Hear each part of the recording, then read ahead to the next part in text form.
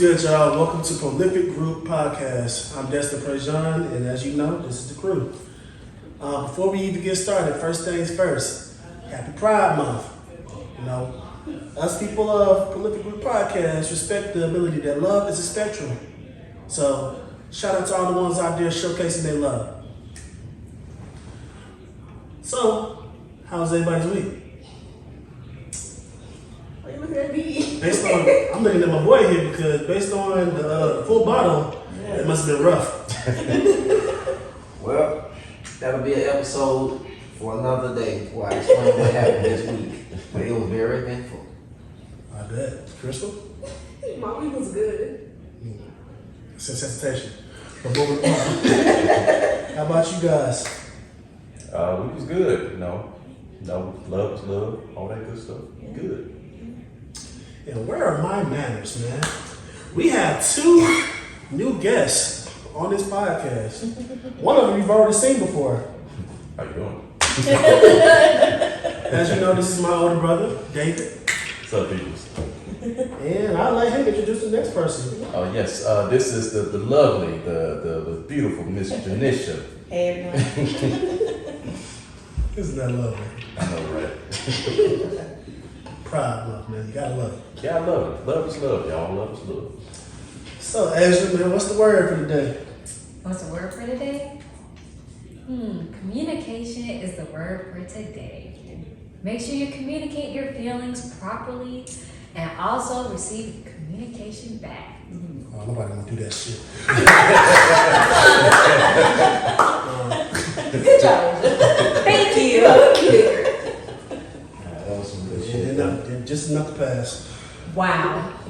So, we have an interesting topic today, man. And as you can see, we have a full house of all these lovely melanin people. That's nigga in layman terms. But this topic is going to be an interesting one. It's going to be geared towards sexuality. So my question to you guys is, do you feel that sexuality has become more of a privilege than a choice? We're going to start off with Crystal. Oh. Why don't you tell us how you feel, Miss Wynn? Anybody else but me? Well, you don't know when to put your head down. Oh, yeah. You shouldn't have ran from it. You shouldn't have ran. Yeah, we don't like runners. But We're not we doing do that. want to hear how you think and how you feel about it. You gotta give me a minute to formulate my thoughts. For sure. All right, Mark. Why don't you take over while Crystal figures it out? Okay. So I can answer this properly. Reiterate the question one more time. Do you feel that sexuality has become more of a privilege than a choice? It's difficult for me to say that it's either one of those. The way I see it is more of a political leverage, societal leverage. And I'll save elaboration for when you bring it back to me, and I'll pass that on to someone else. I guess you're someone else. Me? Or whoever he spins the ball on, you know, or chooses, whatnot. Well, it seems like it's you now. Wow. Why everybody looking at What me? you got, Adrian? Come on, what you got? What do I have? Mm. Let me think. I've been thinking about this question probably like possibly all week. Can you say both questions? Or you just want to do one question at a time? One question at a time. So the first half.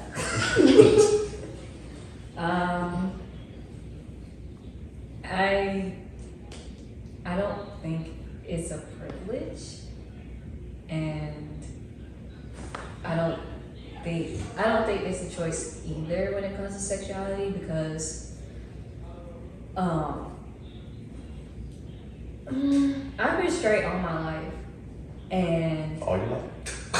yes. I hate you all. I ain't even doing it. And when I think about sexuality, I think it's more of the person and their experiences, because I can't tell them in their face, no, bro, that's a choice. But I don't know, or I can't even say to their face, you have privilege, because I feel like they really don't. But when you like dissect it and choose like who has privilege, I would just say white people have more privilege. Everybody else is just a after fact. So that's what I think when it comes to privilege. Choice, I don't think it's a choice, because like I don't want to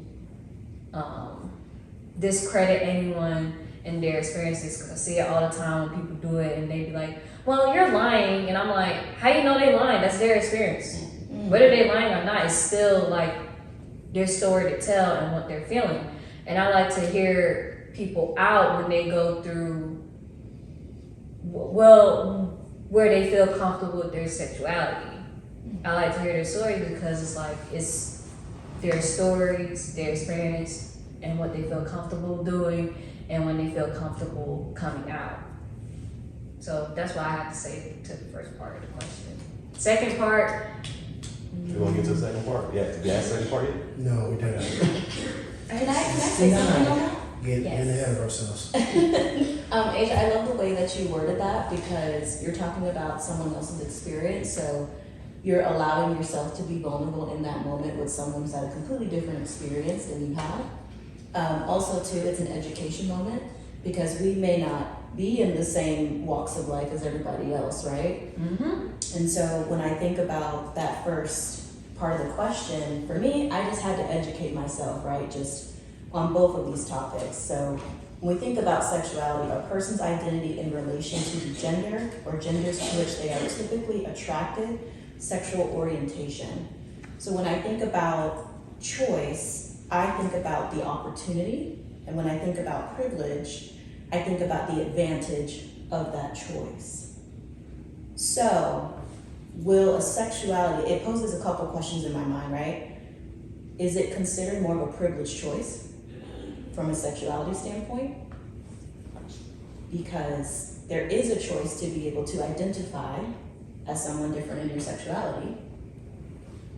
But when you choose to make that choice to identify, do you then have a privilege in that same aspect? That's deeper. Good Lord, son, where'd you find him?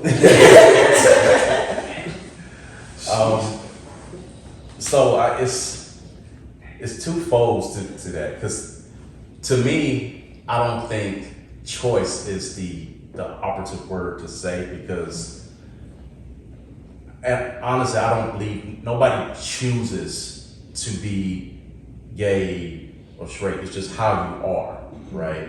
And I do think I want to kind of remove that stigma, because that's something that is pushed on them a lot to make them feel bad about their lifestyle, right, or how they feel, right?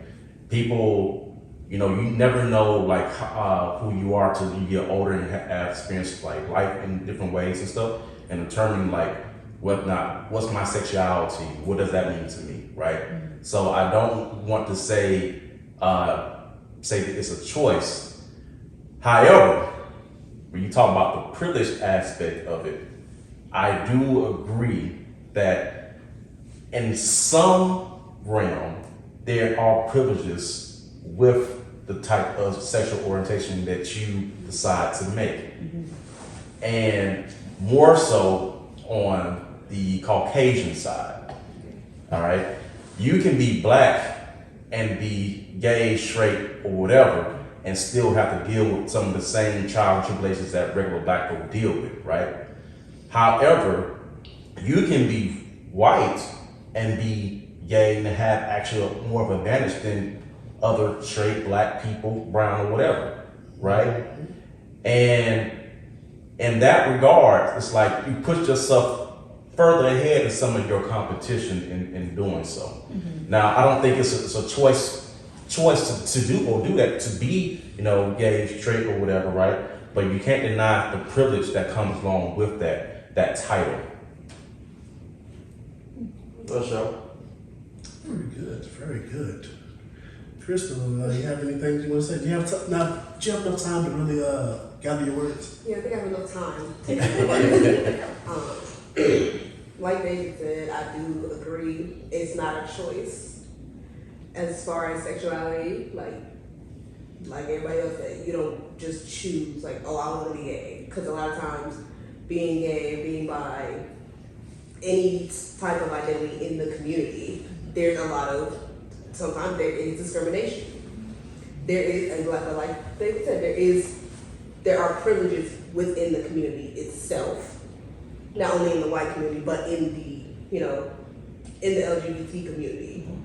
Whether someone who is, gay, you might discriminate somebody because they're bi. There's a lot of bisexual discrimination because a lot of people don't agree with it. There's transgender discrimination in the transgender community. So there are some privileges, but all in all, I don't think there's too much privilege. There's not too many privileges that just come from being in the community alone. So, Interesting perspective. I heard a lot of different things that people said, especially from Crystal, Asia, and Janisha. Although yes, it's not a choice. I say it's more of an emotion, a feeling that's instilled into you at birth. But when it comes down to the idea of identity, I think everything's being placed into a label is what knows the effect of it truly being, unique. When everything is labeled, it loses its uniqueness. Because things are labeled, that's when people start looking at certain things, certain variations of privileges. And David kind of touched on this that, when you're black and gay, nobody cares. Still a nigga in a nutshell. But when you're white and gay, you get certain advantages that other people don't get, like in the workplace, in society, and then us regular people that may not approve or do approve are subject to change to accept this new lifestyle, even if we don't agree with it. So think about how work has changed because of sexuality. Your sexuality is supposed to be, your privacy, your life, what you decide to do. Now your sexuality is dictated towards how I need to look at life, how I need to act around other people. You got people walking around, hi, my name is Dave. I identify as she, he, they, them. Your pronoun, everything's being labeled. Every aspect of life is being changed simply because this idea of sexuality and identity. And because everything's been labeled, we lost the sense of, being an individual, being unique. So this leads me to my next question. Do you guys feel that the sexuality movement altogether has placed other social injustice on the back burner? Absolutely. Yeah, for lack of a better word. Oh man, I feel so strongly about this. I really do, because I have such a big issue for two movements, honestly. Not the core meaning of the movements, but how they was handled. I have an issue with the women's rights movement. I have an issue with the LGBT movement. The core of the movement, what they were trying to accomplish, yes, that's important, right? That's something that the country needs, that everybody as individual society needs. But how it was handled, you have the marches for the women's rights, the marches for the LGBT. They would specifically make sure that the black aspect of those groups were not at the forefront, right? They purposely made sure that the black women were in the back of the march during the women's rights movement because they want to link that in with the civil rights, right? Even though they use the civil rights movement as a blueprint to start those movements. They did the exact same thing with the LGBT, right? Exact same concept, right? But the black counterparts in those groups have not benefited off of that. I want to put this in perspective.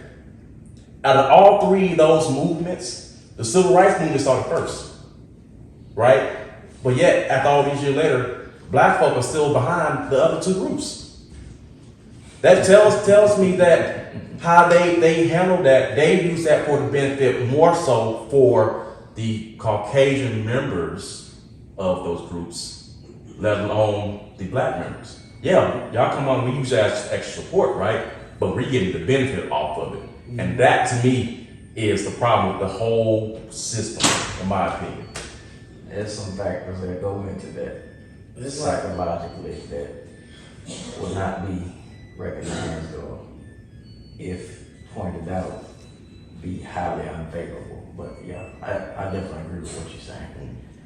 yeah, we look at the whole idea of social injustice and, you know, the betterment and equality of everybody, regardless of sex, gender, class, identity.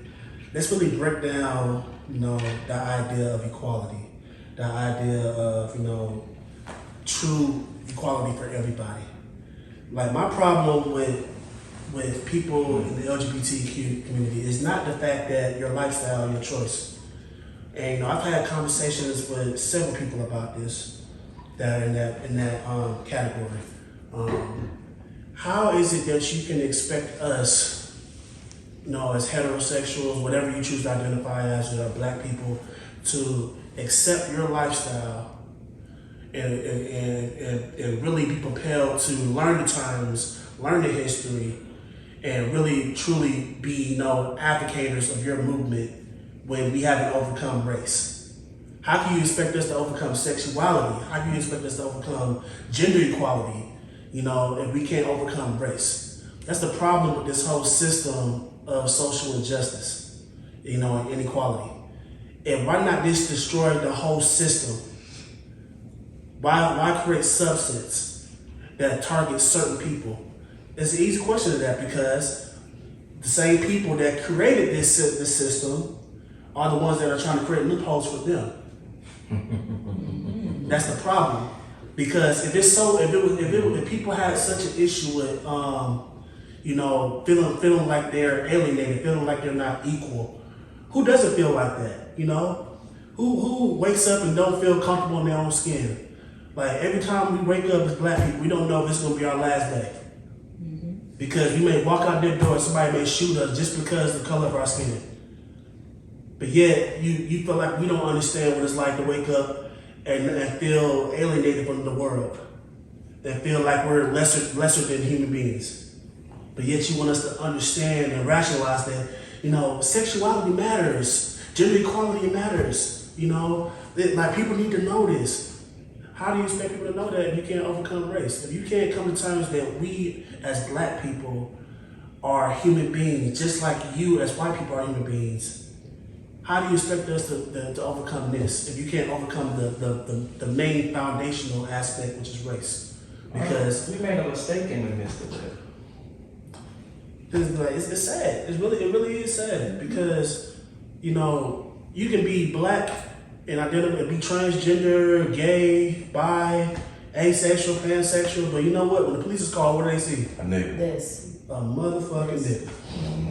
Well, we definitely had our hands in the mistake of that. The mistake in such an affair was compromise.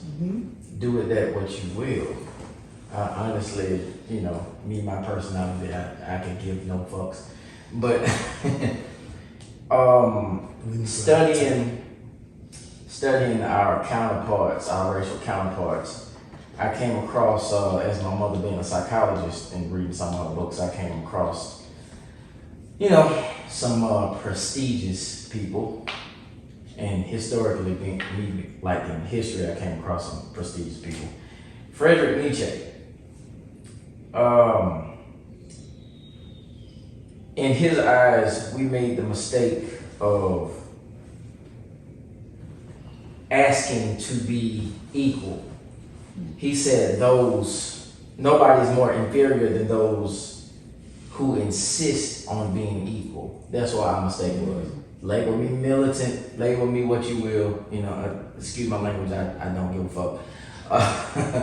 But yeah, I'll slow it down there and I'll pass it on to somebody else. No, my nigga, I want you to elaborate. Elaborate, yeah. Well, I just go out I just go out on the deep end and say, I've studied white supremacy for many years, and I say things in the absolute clear-cut truth for what they are. We have made the mistake of allowing people to derail our movements for the sake of, I guess, power, for the sake of thinking that they were an ally, which they weren't. The reason why we battle with the aspect of the gay movement overriding the civil rights movement, or the women's movement overriding civil rights movement, is the fact that we thought they were allies, and white supremacy is at the core foundation of both of those movements. Psychologically speaking, though I don't have my psych degree, kiss my ass, white supremacy is definitely at the forefront of that. You, like, say for instance, I'm trying to say this and like be, I guess, sensitive to other people's needs at the same time. I'm not trying to be, a complete asshole. But there's a sociopathic complex within the average white citizen, or the white people that have political influence. So when they start movements, they like to place themselves as victims, to say that they experience the same level of discrimination or experience the same level of experience as their counterparts, to not only, overtake it, but to say, oh, this happened to me too, so you can shut the fuck up. I'm trying to say this without sounding so much like Malcolm X or Elijah Muhammad, God rest their souls, but that's just basically what it is. Can I elaborate off that? I'll give a personal just example of not necessarily a situation I've been through, but more so what someone else has been through. So I watch another podcast called We Said What We Said by Ricky Thompson and Denzel Dion. So if you know them, they're two Black, I would say, comedians right now, but they have multiple different streams of income, have really worked hard on the YouTube, and back when Vine was like a thing, and they talk about that on their podcast. But there was a specific episode where they were talking about, they live in LA, and if you know about LA, like, it's pretty fluent, but I say that with discretion, because they gave a situation of when they were going to a club, right? They were going out, gonna have drinks or whatever, and considering how they are seen as their image, right? And when I mean image, I mean like societal, social media, that type of thing. The bouncer, who was Caucasian, didn't give a damn who they were, because they saw this. No matter how many followers you have, how much money you make, what circles you run in LA, they said, sorry, you gotta go. You gotta get in line out here, everybody goes. And they said that on their podcast, of how there is some discrimination between that, no matter who they know. It's almost as if one of their counterparts, who's a Caucasian woman, counterparts being like a friend, they go and roll with her, they get in no problem. So it's like, you're talking about the Coachellas, you're talking about this, and that. They know all of these people, but yet they still have a disadvantage. On top of that, they like men. So it's like, you're talking about societal injustice, how can you not factor in the racial injustice too, at the end of the day? What you just said reminded me of a question that one of my line sisters asked while we were still in college. Gabby asked it. Because she took It was a Beyonce feminism class. It was basically a Beyonce feminism class. Y'all say feminism class? Yeah, So that's a real thing? Yes, it was amazing. It was great. I didn't take it, but she had fun in it. I said, how you know it was a reason if you didn't take it? I said it last one day. Oh wow, that's all it took was one day. No, we popped in Right, we and popped in. saw Gabby's poetry. Exactly. It was hidden. But the question, she asked it for a project. She went around and basically asked people, I know what you're talking about. Now. See, you know. My bad. Go ahead. Let her finish. it said, you really going through it right now, you good? Oh, no. You trying to become one with the I'm bottom? about to say that the long week kicking in. Yeah, we'll talk about that another Bless his heart. Anyway, the question was more for black women, because it was more of a black women's stuff. Are you black first or a woman first? That's a whole other topic. Right. Yeah. And after thinking about it, I said, all in all, I'm black first. Yeah. Because who knows, I could be transgender. Now I'm no longer a woman. But no matter what, I cannot stop being black. Like you said. That's your OJ. Huh?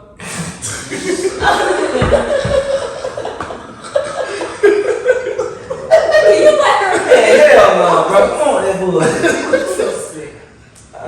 Shit. I'm just saying. I hear you. I'm just saying. Thank you. Yes, I hear you. And I'm listening. Yes. But Alright, we can't hear you, man. Goddamn. We can hear you too. Goddamn, sisters of mass destruction up here. We equal up here. Oh, we really? shut up. Whole nother discussion. Right. But all in all, similar to sexuality, you have to think, are you gay first or are you black first? Like you said, when they went to the club, they saw this. Mm-hmm. They can't see your attraction. They can't see how you identify, but they see you're black. So it kind of just like, yes, the sexuality movement is being put forward, when in reality, in my personal opinion, yes, the sexuality movement is very important. There's a lot of discrimination that goes on.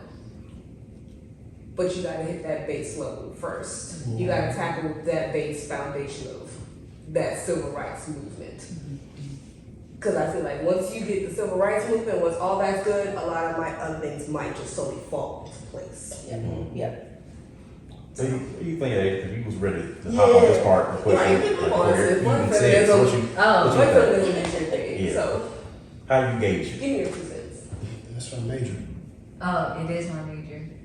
I'm a black feminist. Black first. Black women always be first. You gotta say that with more pride. Fuck you. Anyways, Well, damn. I You am. said that one, Y'all man. can say that. And you wonder why we're so divided. Whatever. Did you believe that we're married? Yes, we are. I am a feminist, but I need to correct it. I am a black feminist. That comes first. That comes first to me because throughout this week I was reading Checked It While I Wrecked It, which is a really good book, by the way. And it talks about how when Amari was saying that we made a mistake and letting people see how the civil rights movement was progressing, and they utilized our plan to fuel their movements. And as I was reading Check It While I Wreck It, it talks about like way back then when the woman movement is starting, and how white women were not allowing black women into their spaces. 100%. Not only that, they were even way divided back then, because to break it down for the white women movement, they was excluding lesbians and women who were working. If you're not middle class or up, you can't be a part of that movement. So black women at the time, when black people tried to start their movement, they were, how things changed within the black movement, it was like very pro-black. But the changes that they made was whitewashed by dumbing it down. Instead of saying black, they would say African American. They even changed the Black Arts Movement name. They want to conform, Black women wanted to conform into these white spaces to combat stereotypes that was against Black people. You know, the Aunt Jemima, Jezebel, the angry Black woman.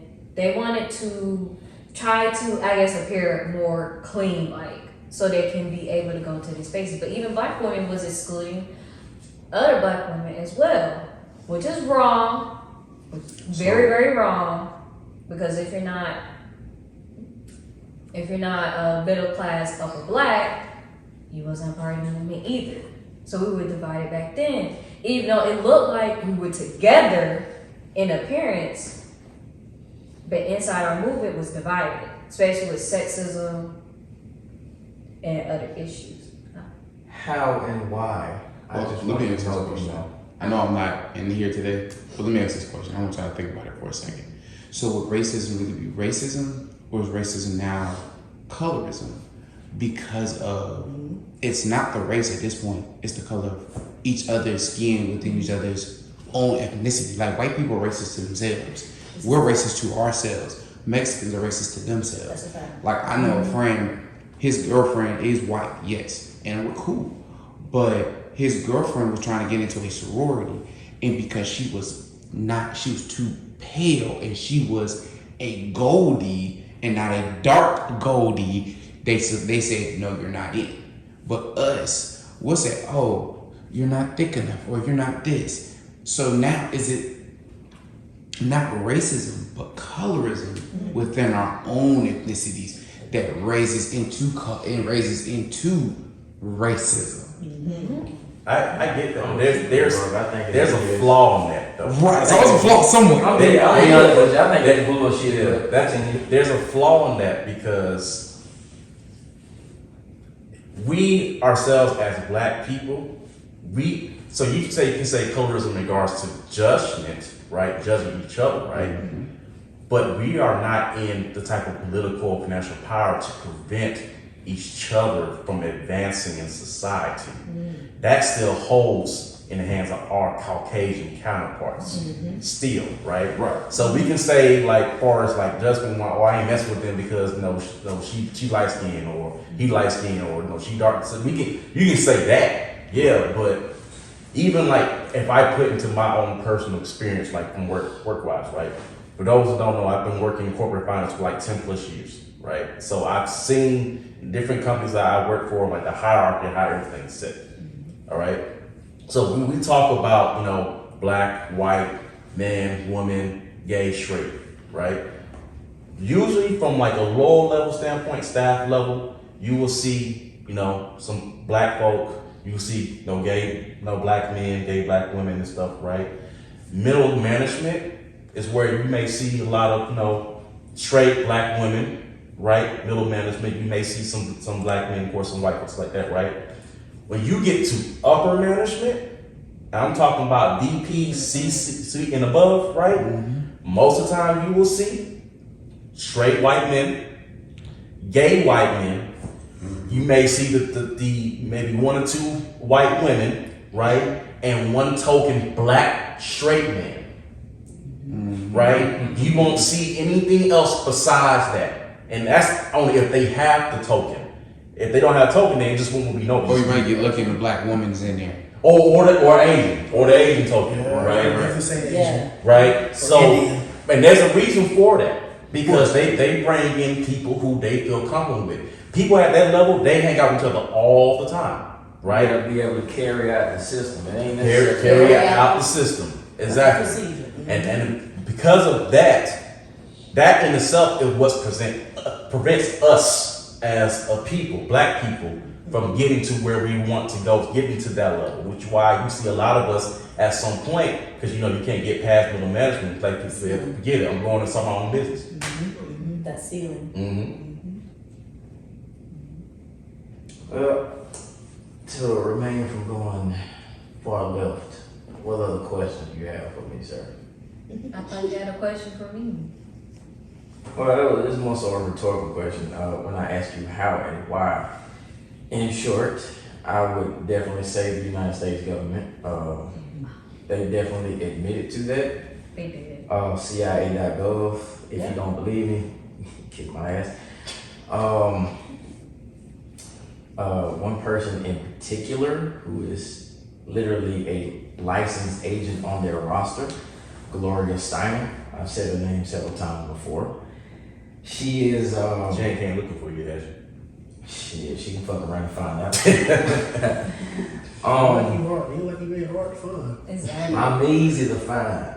But anyway, she was definitely stationed to derail the civil rights movements and movements of black people and put black women at the back burner for that specific reason. The mission was already carried out. Once the civil rights movement was derailed, black men and black women were separated mentally and politically.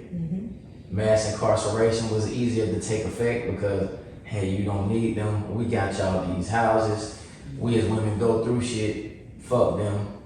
And once we out like a dog in the street, boom, we're gonna lock them up because they're not being productive. They committing crime. They trying to survive.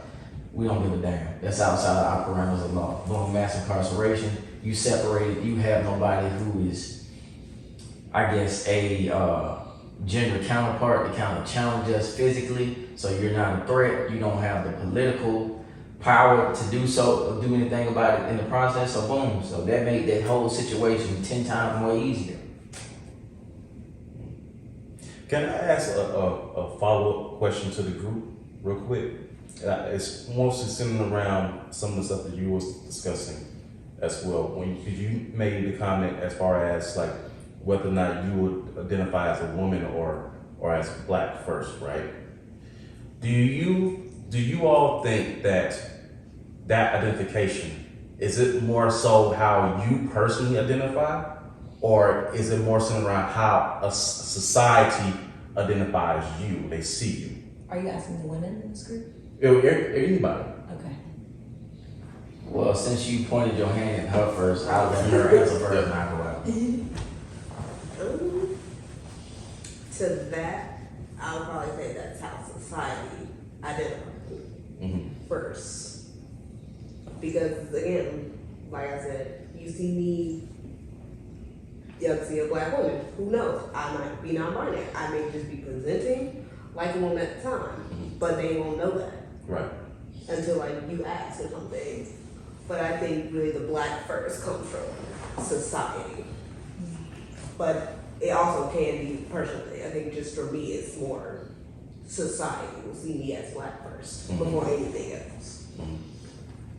Okay. To make sure I answer this correctly, could you ask me the question once more so I can, elaborate properly? Yeah, so essentially the choice of whether you to identify either by your gender or by your appearance, right? So let's say, you walk in, you identify as a man, right? Is that choice more so from your personal choice, or is it basically from how society sees you?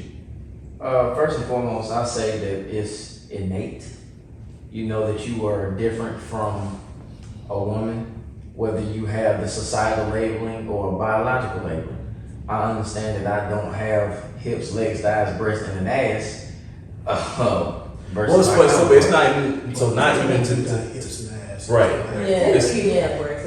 But it's not even to that degree though, because you get what I'm saying. Because as a man, you can identify as I'm a straight man, right, or Right. I'm a gay man, Orientation. or your orientation, right? Orientation. So is it like, do you feel like you can be like identify as your orientation, or you have to identify as your race, your black, because of society or your personal choice? Orientation and race, first and foremost, are different polar opposites, but they're at the same time, I guess I can say, social stigmas.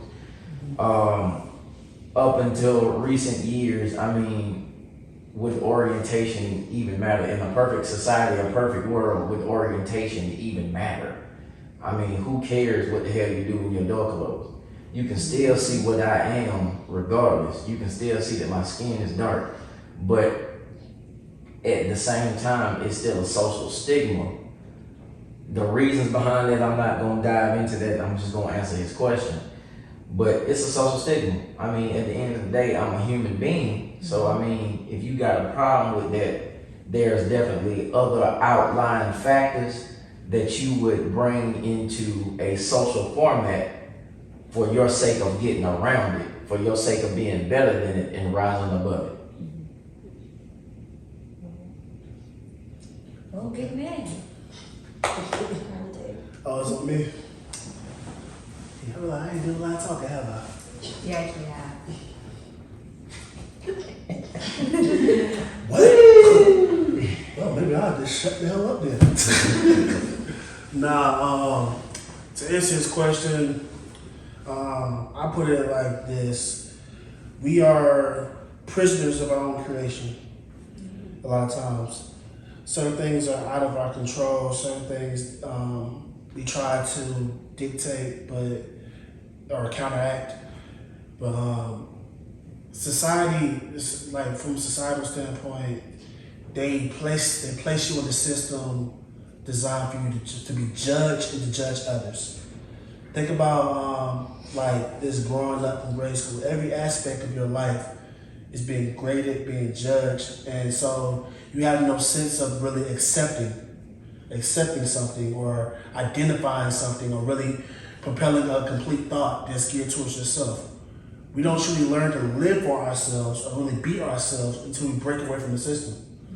Like every facet of our life is geared towards judging each other. Social media, we place our stuff out there to be judged. Every facet of our life, we're looking for the approval of others. We have no sense of identity. And then you factor in labels. Now we lose the right to be individuals, to be unique, because everything is being compared to something else. Oh, like, hey Dave, I'm gay. Oh, I'm gay too. We should hang out. There's more to you than just your orientation. There's more to you than just like what you choose to identify as. There's more to you. You have a story. There's a story about you. But the moment you allow yourself to label and expect everybody else to accept those labels, your pronouns, your orientation, your gender, like you lose your sense of identity. Because now everything is being compared to somebody else. You don't know who you are. You're just another fucking number in the system.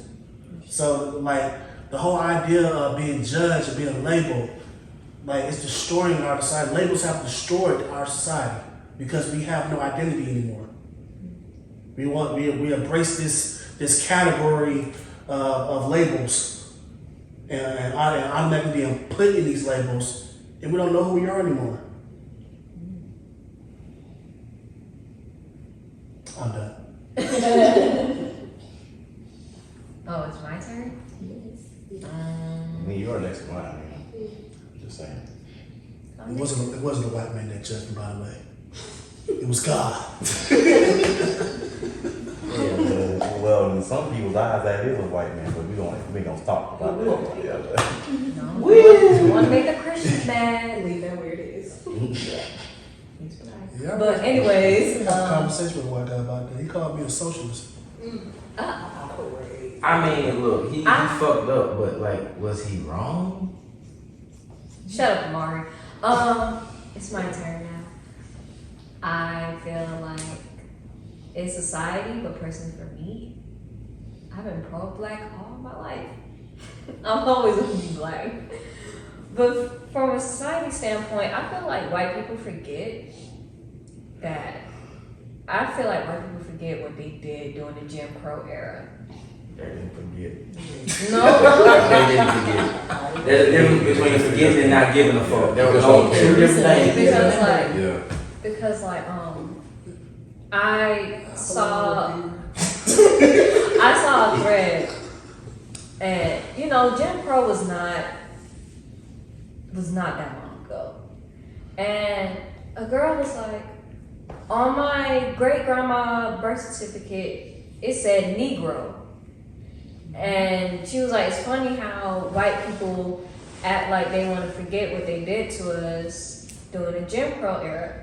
And now it's coming back now, even though they don't want to say it, but it's blatant.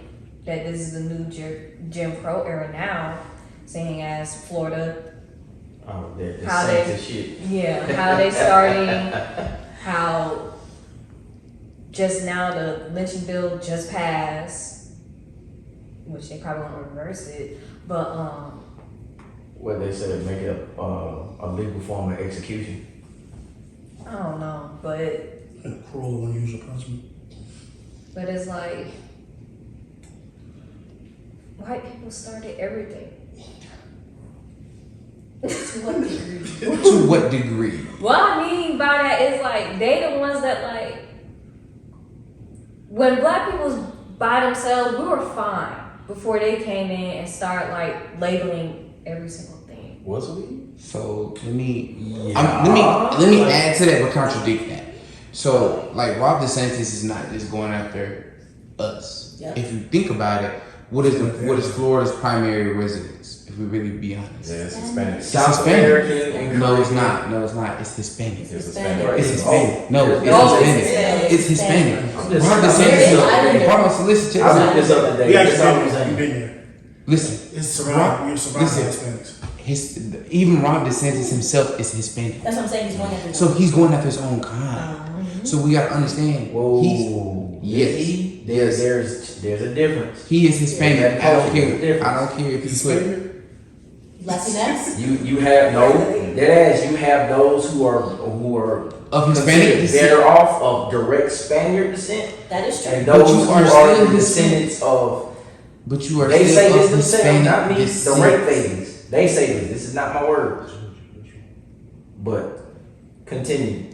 But what I'm saying, all I'm saying is, we got to look at how some of these bills are written. And I'm not saying it because I'm defending us, but I'm saying we got to look at it as a whole entire. Because I'm always Black Lives Matter, but at the same time, I'm all lives matter too. Because all lives do matter, but I got to be honest, Black Lives matter more to To me. you, right? But I do value all lives. Like I got a friend, he's Hispanic, and his family has faced deportation for something that as simple as, one person's visa was coming up, Yeah. and they was ready to deport the entire household. Yeah. It's starting So- to make sense why you said if you were to come back another race, you'd be Hispanic. Yeah, because if you think about it, blacks and Hispanics are only two races that white people go after. That's true. They don't go For after. two different reasons. No, it ain't the two different reasons. Hold on, check this out. They don't go after Asians. Why? Because when you go, They have nukes. Continue. he always go to militia warfare. But when you think about it, they're not gonna go after Asian, Vietnamese, anybody of Asian descent. Why? Because of their technological advances that we use. So they're not targeting them.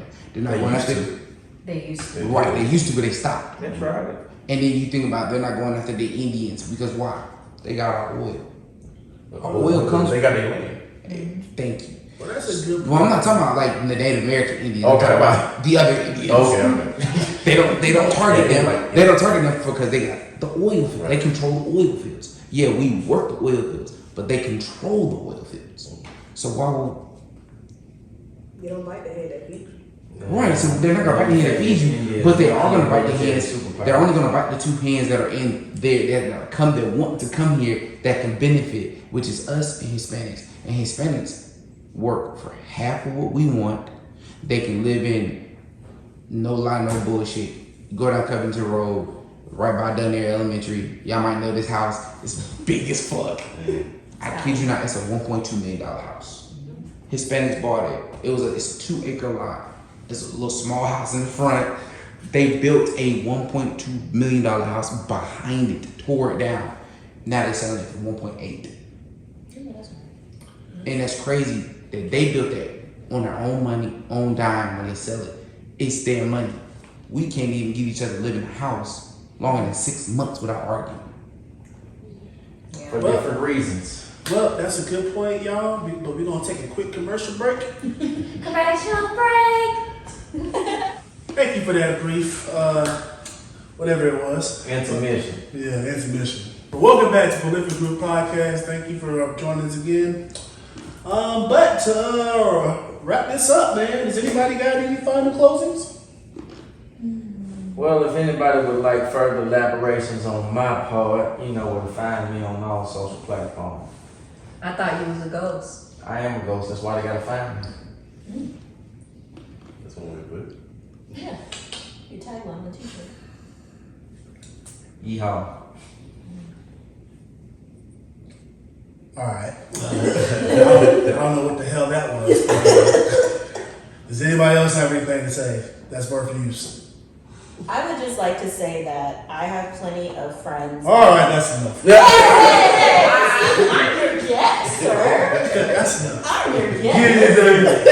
You're not a Get guest. up. You're not a guest. You and your man are animals. That's right. That's what she said. Big, So- big lipped beasts. See that America? I have friends that have, they are who they are, right? And they identify as who they are, and that does not mean I don't love them just as much, that I don't hang out with them any less, when it comes to orientation, how they decide to be in private, you know what I'm saying? So that's just my closing piece, is that love is love, and how you decide to love is your choice, and it shouldn't be, I do agree with what Destiny was saying, I do agree that it shouldn't be labeled necessarily, because it does take away from the individuality and uniqueness of the person at their core. But considering where we're living in society right now, I can see it. Does that mean I necessarily want to understand it? I don't know. That may be another topic. But all in all, love is love. Love is love. I think in regards to just more so like our brothers and sisters that are in the LGBT community, I think it's important that we show them grace. Because they are in a sense dealing with a double whammy, right? Because you sometimes you get stigma from being gay, trans, or whatever in our own community, but you also get another hit for being black in society as well too. I work in Atlanta, so of course I've been around several gay people in my time and in my career and stuff. And the truth be told, everybody's really the same, at the core, right? Like we all are out here trying to do what's best for ourselves and our family. Trying to uplift each other, get through some of the stuff that has plagued our community for years and generations and stuff. So give them grace, of course, because they deal with a lot with less beings by their side. And then for us being blessed and being in a position that we're in to, provide, feedback, have these type of conversations and stuff, I think it's important that we promote that aspect for our brothers and sisters in that community as well too. And that may just be a privilege in itself. Right. Let's not get too far ahead of ourselves. And now everybody else on that side, that spectrum, bless your heart. But for us, our people, show them grace. Well then, I guess it's my turn then. Lady Puff. Why you move your hand away? So you can get the space to speak. I don't appreciate that. You want to hold your hand when you speak? Yes. Yay. all in all, I would like to say love is love. There is hope out there. Do not give up. Find somebody that's for you. And this was a great conversation. And we're going to have many more conversations on this platform. So make sure you subscribe. That's right. Hit that notification bell, share, and comment your thoughts at the bottom. I'll take it to the host. I said, I'm sorry, are you ending this episode? Yep. I sure did. These you're not gonna let me two speak? Of I already course. spoke my piece. Kristen? Nothing more. All that needs to be said was said. Love is love. Do what you want to do. As long as you ain't hurting yourself and nobody else. It's pretty good. It's a lot of repetition. Yeah. Well, you heard the crew. Love is love. Happy Friday. Happy Pride Happy Month. Pride Month, y'all. Yeah. Unfortunately, you only get a month, so next month nobody cares. That's sad, ain't it? We're ending that. But now we're just getting in there. I'm pretty sure we're gonna cut that part out. But Oh no, fuck that. He's right. Fuck that. We keep it real here. But nah, all jokes aside, love is love. Everybody has the right to pursue it, to find it, and express it. You know, it's important that everybody is comfortable within their own skin, and everybody knows themselves and be themselves to the fullest extent, and unapologetically as well. But as my lovely wife said, this was a great episode. Thank you so much, Janisha, for gracing me with our presence and forcing David to come here. Kicking and screaming. It was very nice to hear your input and insight. Crystal, no, I expected more from you. I'm so Get what you did. I expected more, man. You know, you've been a fluent guest here, man. You keep coming. And for those who didn't know, that was Lawrence talking in the back. Unfortunately, he couldn't fit in. So I was not Yeah, in the appropriate attire. you guys hear that voice talking? That's not God. That was Lawrence. This was, like I said, it was a great episode of Political Group Podcast. Like the lovely lady here said, be sure to like, comment, and subscribe. And tune in for the next episode of Political Group Podcast. Peace. Love and